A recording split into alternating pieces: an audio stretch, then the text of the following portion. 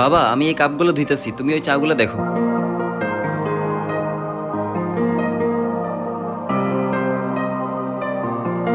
বাবা, আমার ছোটবেলার বন্ধুরা আসছে, আমি যে ওদের সাথে দেখা করে আসি। কি অবস্থা বন্ধু? আয় বুকে আয়। তোর কি অবস্থা বন্ধু? হ্যাঁ বন্ধু, ভালো। বন্ধু, তোর এত উদাস লাগতেছে কেন? বাড়ি বানানোর জন্য ব্যাংক থেকে লোন নিয়েছিলাম। এই লোন যদি ঠিক টাইম মতো পরিশোধ না করতে পারি তাহলে ফ্যামিলি নিয়ে আমার রাস্তা নেমে যেতে হবে। মামা 2-3 লাখ টাকার ব্যাপার হলে আমি তোরে দিয়ে দিতাম।